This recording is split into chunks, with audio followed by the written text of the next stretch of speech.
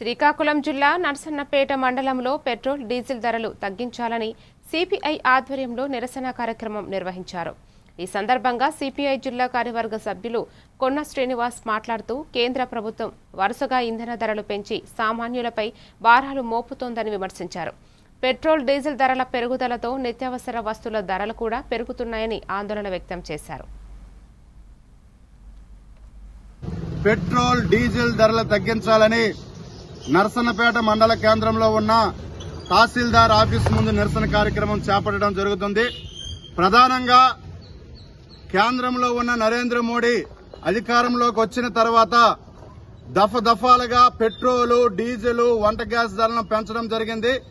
దానివలన సామాన్యులు అనేకమైన ఇబ్బందులు పడుతూ ఉన్నారు.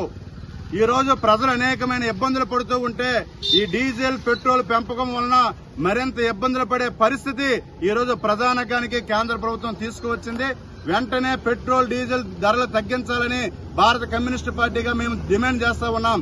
ఈ రోజు కేంద్ర ప్రభుత్వం చూసినట్లుగైతే సాధారణంగా ఉన్న ప్రతి ప్రజలను నిలువు దోపిడీ చేసే విధంగా తయారైంది.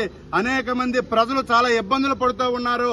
వంట గ్యాస్ ధరలు ఒక పక్కన పెరిగిపోయాయి, ఒక పక్కన చూసినట్టు ఆయిల్ రేట్లు పెరిగిపోయాయి, ఒక పక్కన నిత్యావసర ధరలు పెరిగిపోయాయి. అన్ని ధరలు పెరిగి ఆకాశాన్ని అంటుతూ ఉన్న పరిస్థితుల్లో ఇప్పుడు పెట్రోల్, డీజిల్ ధరలు పెంచి సామాన్యులపైన నైరుత్యమైన భారం అనేది వేయడం జరుగుతూ ఉంది. వెంటనే కేంద్ర ప్రభుత్వం చొరవ తీసుకుని పెంచి